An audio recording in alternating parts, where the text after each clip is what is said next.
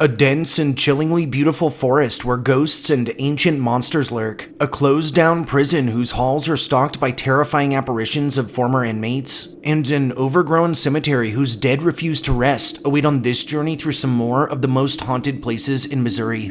Let's dive right in.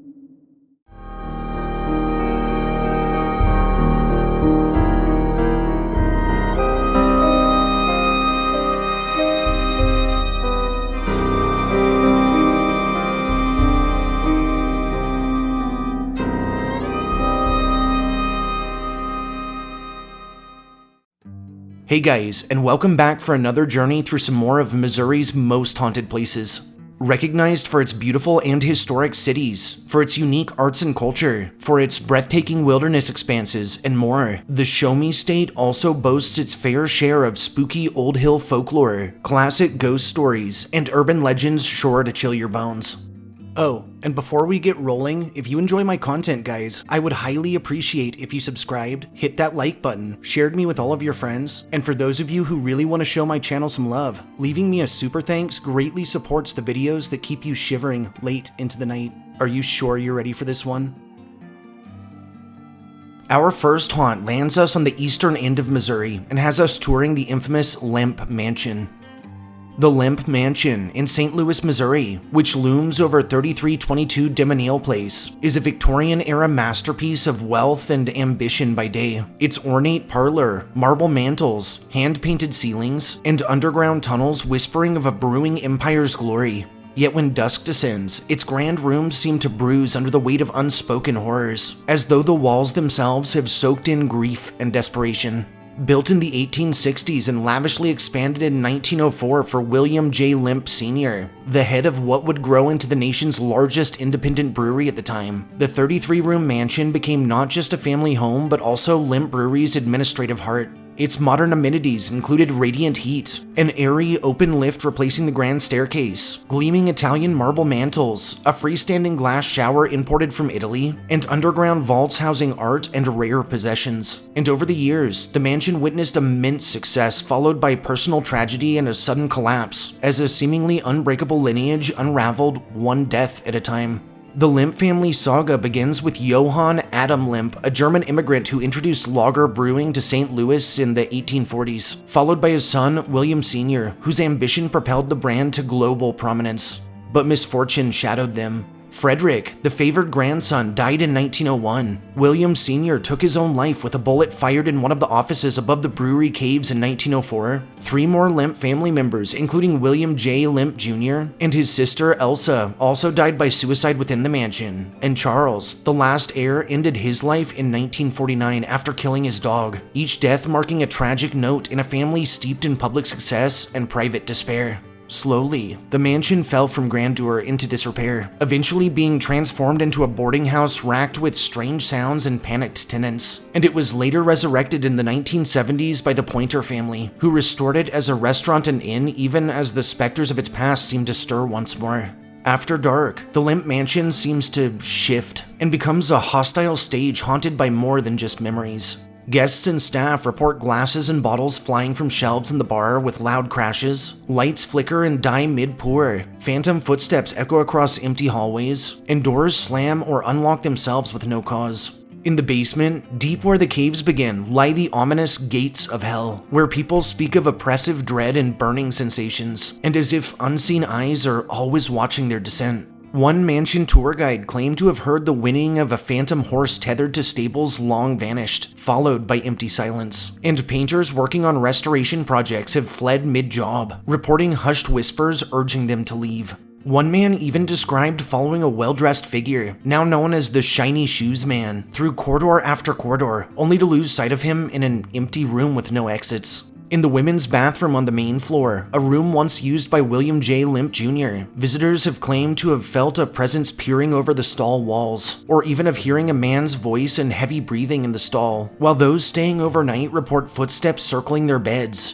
drawers slamming shut, and distant crashes from empty rooms. Several guests in the Lavender Suite have woken to the sound of frantic pounding on their door, to footsteps racing up the stairs followed by a hard kick, just as William Jr. once sprinted to his father's locked bedroom door during his fatal panic. And others speak of photographs that reveal blurred faces looming from darkened hallways, EVPs capturing low moans, anxious disembodied whispers, and the clatter of unseen movement. Spectral figures are often sighted drifting along the stairwell, emerging from the attic, or slipping into shadowed corners. And some guests sense ghostly hands brushing their arms or cool breath on the backs of their necks, while others have been awakened to the lingering scent of cigar smoke or lavender, as though the ghosts of William Jr. and his wife, nicknamed the Lavender Lady, have returned, trailing their obsessions into the night. The Limp Mansion's terror is relentless, its tragedies etched deeply into its oaken floors and marble walls. It's not a place for comfort or closure, but a catalyst for the uneasy realization that sometimes history resists burial, and the souls of the shattered keep their vigil in the silence between memories and nightmares.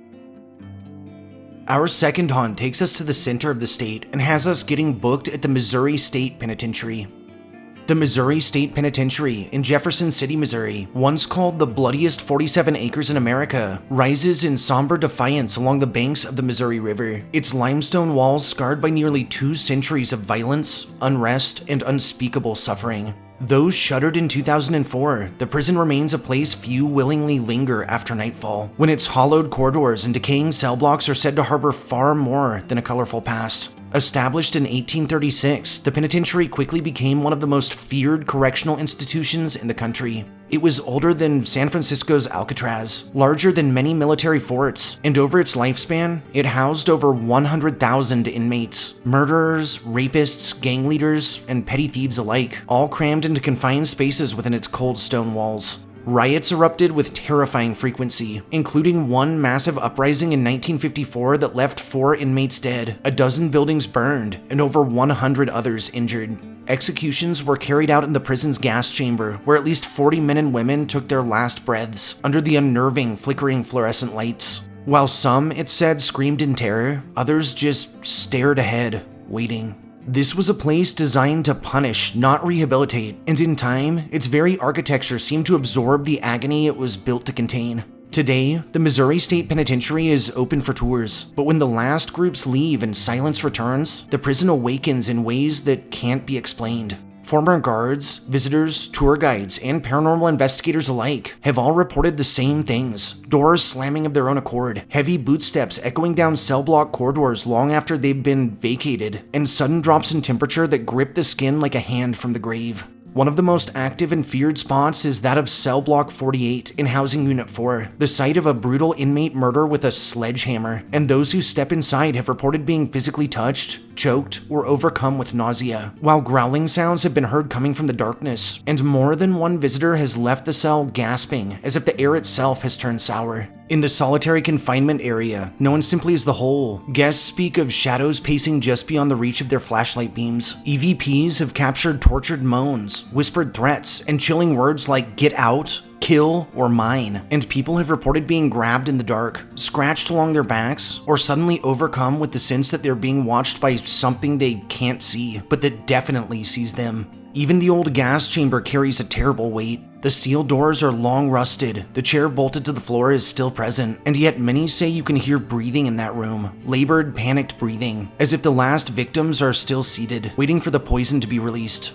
Additionally, photos taken inside have captured hazy figures, light anomalies, and, in one case, a perfectly clear silhouette standing behind the witness when no one else was there. But the sensory onslaught doesn't stop there. In the upper cell block, visitors have described walls weeping with moisture in areas where no plumbing exists, sudden rivulets of cold water threading down bricks, turning into pools at their feet, and others say the sound of faint crying echoes off the vaulted ceilings, though no one is present. The guard towers, which are still boarded up, give off an oppressive tightness, as if watching eyes linger just beyond their windows, following each step taken below. And then there are reports from the laundry and hospital wings, places of constant activity in decades past, where visitors have heard the rhythmic thud of laundry carts, metal clanging, and indistinct chatter in the darkness. Those who pause in the dead hallways say they feel a surge of vertigo, a sudden nausea, as if emotionally transported to moments of chaos recorded within the walls. Perhaps most unnerving are tales from the Visitors Center entrance, where entire groups report being brushed on the shoulder by unseen hands as they exit, only to find no one nearby, and where cameras have captured blurred faces in windows, and cell signals and phones tend to die inexplicably, as if intercepted by something present.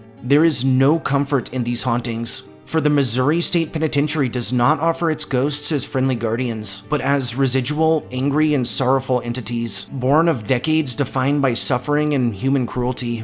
They do not care whether you believe or not. In their world, they are all that remains, and sometimes that's more than enough. And on to number 3, which has us braving a walk through the historic Jefferson Barracks National Cemetery.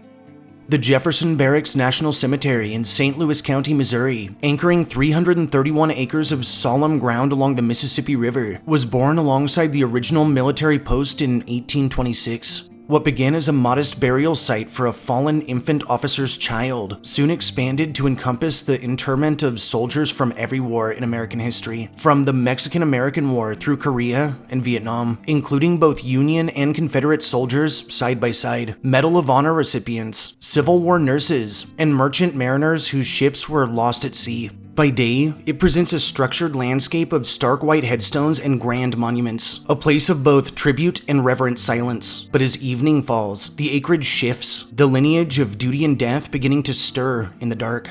On fog-draped nights, caretakers and lone visitors report seeing soldiers in period uniforms pacing the rows, Union infantry lining the north-south aisles, their bayonets casting long, menacing shadows, and Confederate counterparts to the east, rifles resting at their sides, visible in silent watch. At a meeting place known as the Triangle, where 3 rows of headstones converge, apparitions in blue and gray pause, salute each other, and then vanish, as those still shadowing the cadence of the war. Whispers like "fall out," "at ease," and "on guard" slip through the air between markers, coupled with the distant echo of what sounds like horses' hooves on gravel, though no living horse has trod here for more than a century, and late-night visitors often speak of footsteps trailing them down empty lanes, only to stop the moment they turn. In the far northern plots, visitors say the air grows unnaturally cold, their breath misting even on warm nights, and equipment like cameras, phones, and flashlights frequently malfunction or die even on full charges, only to reboot when moved several feet away, as if something unseen moves with them.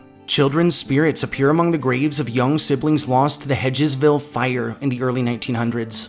These pale, timid figures, little girls in frilly frocks, hover near their markers and disappear when approached. And on winter evenings, a distant breeze carries laughter that turns to childlike sobbing, as though they are replaying memories of warmth and terror in a place that can offer neither. Moving into the cemetery's historic structures, the old post hospital, chapel, and barracks reveals even more hauntings within. In Building 1, visitors glimpse a Confederate officer illuminated in candlelight, seated at a desk deep into the night, and his face is often described as turned away, and many tell that he vanishes when they step forward. In other rooms with peeling paint and shattered glass, doors open and close on their own, and old lanterns flicker before exploding into darkness. In Building 25, late-night visitors describe coffee pots turning on, spoons rattling within metal trays, and women's voices speaking softly in hospital wings long empty of patients. And footsteps pace the halls even when no one else is around, and are often accompanied by the restroom faucets gushing water spontaneously.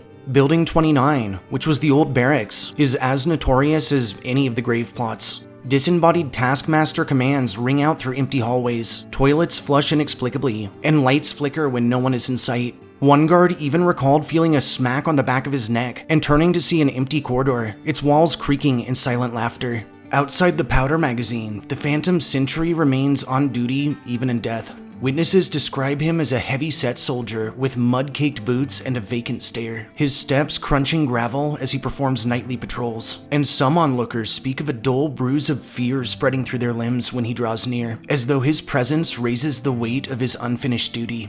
Among the rows of military crosses and stars of David stand the graves of forgotten medics and nurses, some of them young women who perished tending to the battlefield's wounded, and visitors have reported seeing ghostly women in nurses' caps standing beside certain graves, their lips moving in silent prayer before they dissipate like mist on the wind. Both security guards and groundskeepers have gone so far as to hand in their notices, citing the unshakable feeling of being watched, hearing footsteps follow them through darkened maintenance tunnels, and even feeling a hand on their shoulders during lockdown rounds. And one patrol report notes a guard raising his flashlight to find an empty silhouette standing inches away that dissolved when the light hit it. Perhaps most haunting are those evening walk-ins by Memorial Hall, where strange fogs pool just above the tombstones. Folks who linger here after dark say that voices drift across the grass, distant laughter, sobbing, and the clang of rifles slung over backs. One late-night runner even described hearing a group of voices counting cadence, running alongside her before vanishing as she turned a corner. Jefferson Barracks is no place of peaceful spiritual visitation. It is an active nexus where echoes of war, family tragedy, and eternal watchfulness collide. Its stone markers may stand silent in the sunlight, but in the hush of night it becomes clear. Here, the peace of death was never complete, and the dead maintained their post, always on watch, always present. Our fourth haunt has us buying tickets at Kansas City's popular Union Station. The Kansas City Union Station, grandly completed in 1914 amid Second Empire and Gothic Revival grandeur, stood as a gateway to the nation. Its vaulted ceilings painted in ethereal blues, its mosaic tile floors patterned with allegorical symbols, and its soaring 95-foot central clock tower overlooking the pulse of travelers in motion. It was a marvel of design and ambition, built to manage the converging currents of people and commerce. And by the time World War II revived its busiest years, it had carried the hopes of 1 million families seeing off soldiers, reaching for new worlds, or reuniting after long absences. Yet, as echoes of rail whistles and footfalls dwindled with the war's end, parts of the station fell silent and were used less and less until the echoes seemed to pierce through time itself.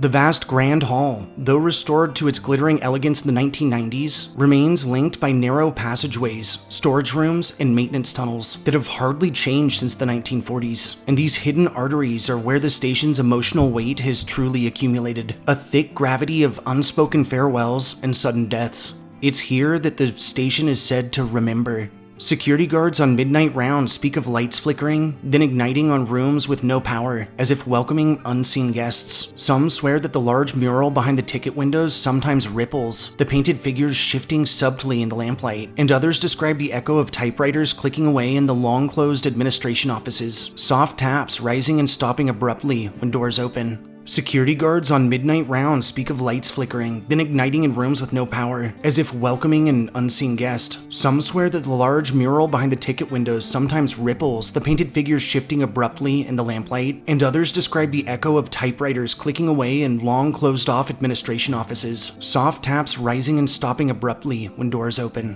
One particularly unsettling story involves the historic train schedule board that's long since sat silenced. Late one night, a technician was adjusting its writing when the numbers suddenly flashed. Train departures listed in the 1940s style, cars awaiting boarding at platforms long gone, and times that don't exist. The technician watched horrified as the schedule held for nearly 10 seconds before resetting to blank. Beneath the Great Hall, the old mail tunnels seem alive with subterranean murmurs. Old mail carts have been heard pushing themselves along rusted rails, their whistles whimpering in distant galleries, and visitors equipped with night vision cameras report glowing orbs drifting through the darkness, and sudden silences that drop like curtains, followed sometimes by a low, moaning sound. Hauntings on site are not limited to human presences, however, and occasionally, security cameras in the empty parking arcade record doors swinging violently, as though pushed with extreme force, followed by the tread of heavy-soled shoes, steel-toed perhaps, yet recorded in first-floor video, with no intruder ever captured in nearby frames. Witnesses also describe turning to locate the source of the sound, only to find themselves alone, clutching doors that seem suddenly heavy with cold. In the historic 1930s era powerhouse annex, where trains once drew warm sighs from their boilers, modern contractors report phantom machinery, the hiss of steam valves that aren't there, and a loud banging on pipes that seems to happen around 3 a.m. And one electrician, after discovering a radiator valve open despite being locked, said he heard voices arguing in German before stepping back to see a 1940s train engineer cap on the landmark bench, that shortly after faded away. Perhaps most unsettling is this station's link to death and violence. Near the original entrance, where the Kansas City Massacre shattered a morning in 1933, a chilling trademark remains. A woman in her early 30s described waking in the early hours beside her parked car, sensing an overwhelming weight pressing her body, heart thumping, and feeling not only fear, but a sort of suffocating presence. When she looked up, the night sky beyond the station doors distorted with ripples, as if the moment of the shooting was replaying just beyond the threshold of visibility. Inside, in the upstairs lounge where guests once waited for baggage callings, a headless man in a trench coat is often seen smoking a cigarette, the ember glowing dimly beside empty seats. And all who have tried to approach him are always met in disappointment, as upon nearing, he promptly vanishes. In quiet corridors, performers for late-night events feel a presence behind the stage curtains, a figure shuffling amongst props, brushing past with cold breath on their necks, and the faintest smell of sawdust and cigarette ash, matching the era of the building's earliest maintenance staff.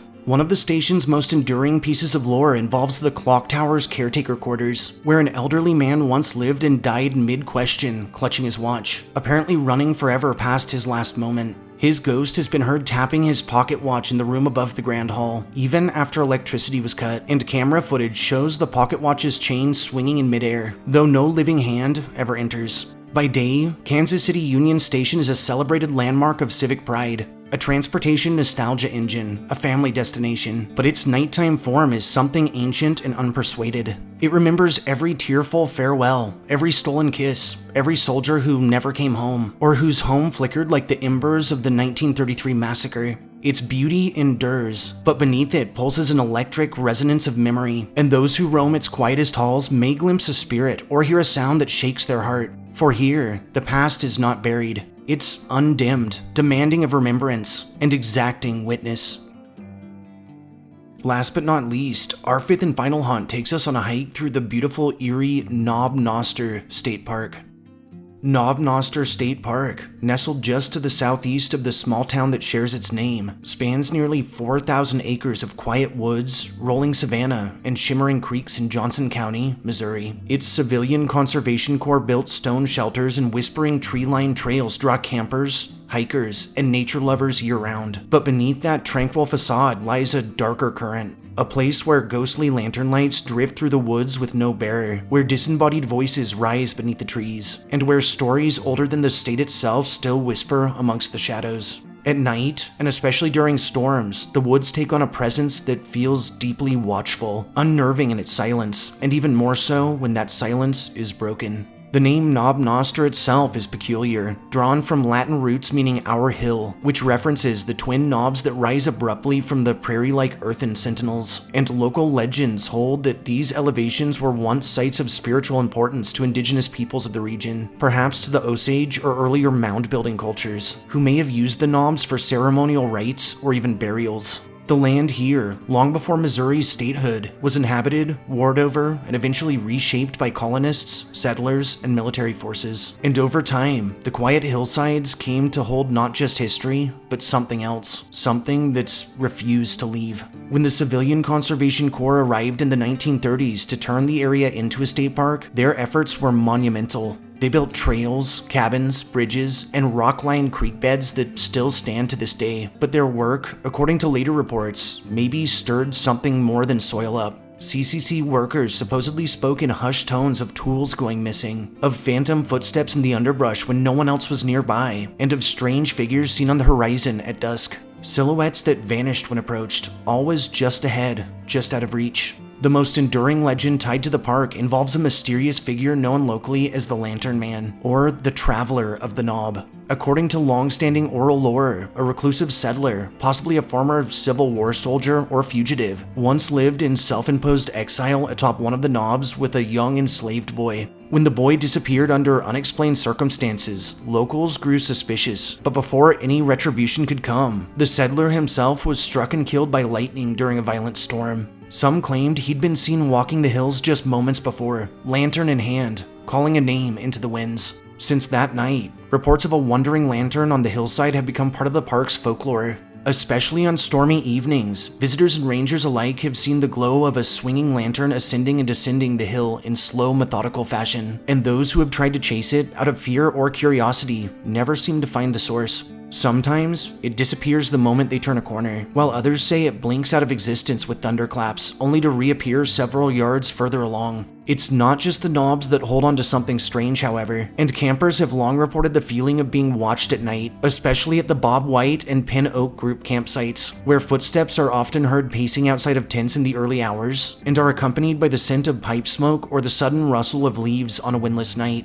Others, however, have found small handprints, too small to be adult, too smudged to be fully clear, on the outside of their vehicle windows come morning. Along the Clear Fork Creek Trail, some hikers describe cold spots in shaded hollows where the air temperature drops dramatically, even through the heat of summer. A few have captured faint whispers on video, voices saying fragmented words like go, lost, or find me, and equipment failures are common, with flashlights dimming inexplicably, with camera batteries draining seconds after being charged, and with phones restarting themselves while GPS signals vanish. The area near the old CCC bathhouse is said to be particularly active. Now crumbling and overgrown, the stone structure has become the source of chilling tales, with screams heard echoing in the rafters, shadows sighted darting between archways, and one instance in which a park ranger reportedly found all of the windows fogged over from the inside, despite the building being sealed and the air dry and cool. One ranger working a night patrol near the service road that skirts the edge of the park claimed he saw what looked like a pale child standing motionless near a tree line.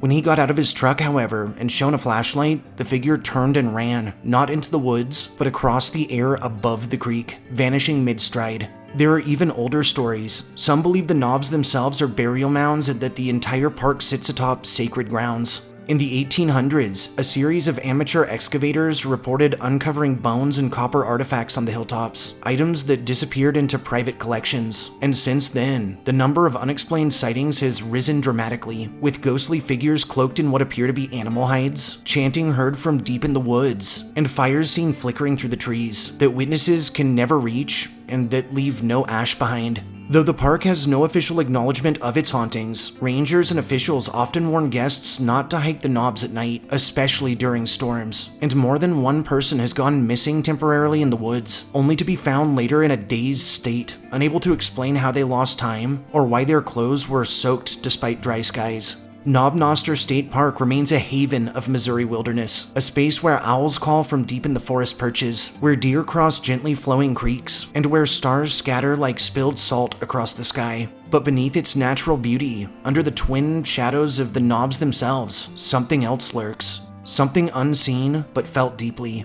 Something tied to a lantern, to lightning, to loss, and to a history that never quite stayed buried.